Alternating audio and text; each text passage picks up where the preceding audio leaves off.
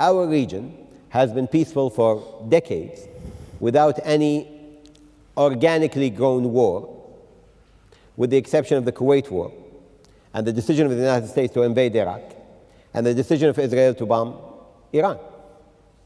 And therefore today we are looking at a situation where, for our children's sake and for their children's sake, the only way forward for us is to build peace together and to work on producing peace and using the prosperity, the knowledge, the experience that was built in the Gulf. If you look today at what is happening between Israel and Palestine, we have been warning in the Gulf, we have been warning in Qatar for more than 10 years now that an explosion is imminent. The sidelining of the Palestinian issue, the sidelining of the Palestinian people, the delusion that you can have peace between nations that don't have war, while completely neglecting the fact that you have millions of Palestinians who are either displaced or treated unfairly by a government that doesn't see them as human beings. Exactly. Or now being killed just to stand in line to get food for their families, is the reason why we are living in this situation right now internationally. There is no other reason. Anybody who would like to talk about the complexity of the situation and how difficult it is to take sides, please do not insult the intelligence of the people of the world.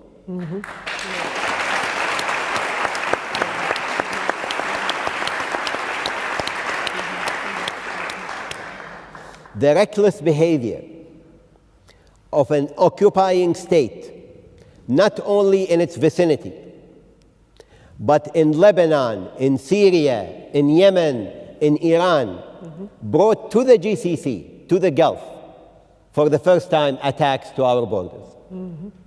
My country had to fear for the first time a rocket attack launched at our country because of that reckless behavior. We had for the first time an attack that is less than 200 kilometers away from our offshore facilities in the North Field because of that reckless behavior. And it is only through respecting international law and proving to our citizens and to the people of the world that these international organizations actually work and international law actually works, that is the only way for us to go forward. And the rule-based order that is dissipating in front of our eyes right now, unless we find a way of bringing it back and bring trust in it back, this will not be the end of conflict.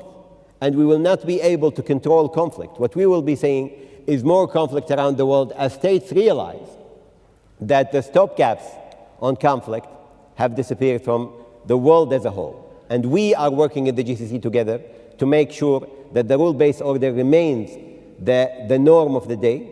And I think, collectively, we have done so much, and we will continue to do that because we have no other choice.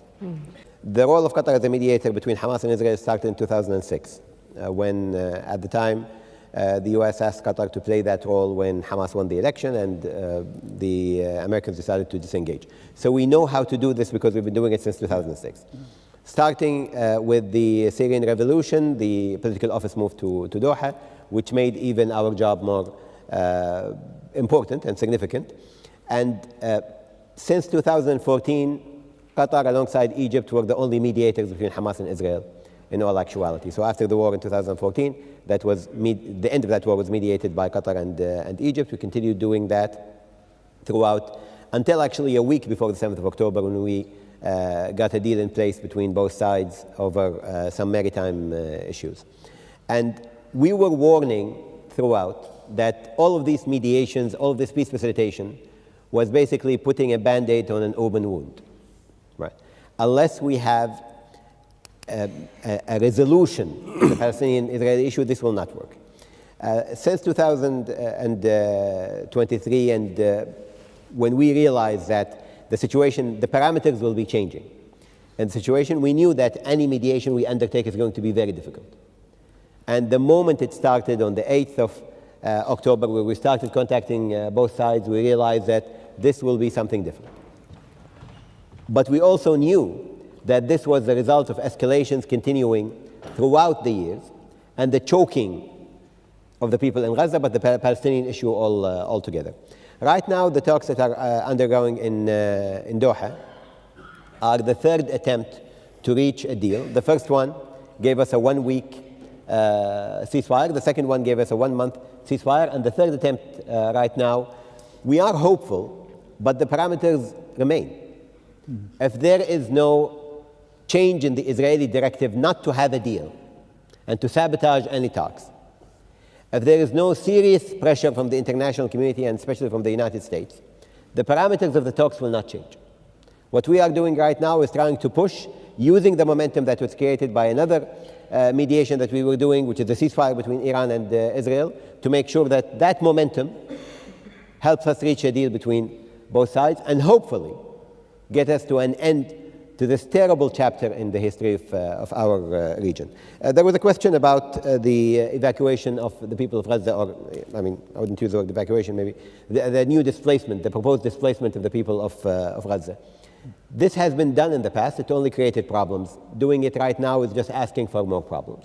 That's one. Two, nobody can answer on behalf of the Palestinians.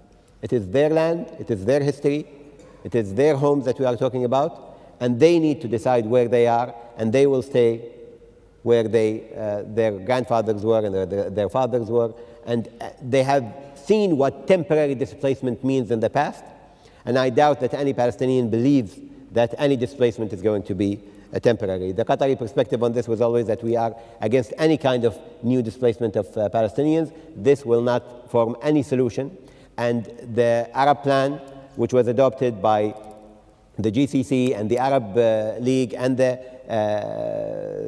Islamic Cooperation Organization, all together, this plan gives a very clear idea on how to rebuild Gaza and how to create prosperity and peace in Gaza. There's no way around it.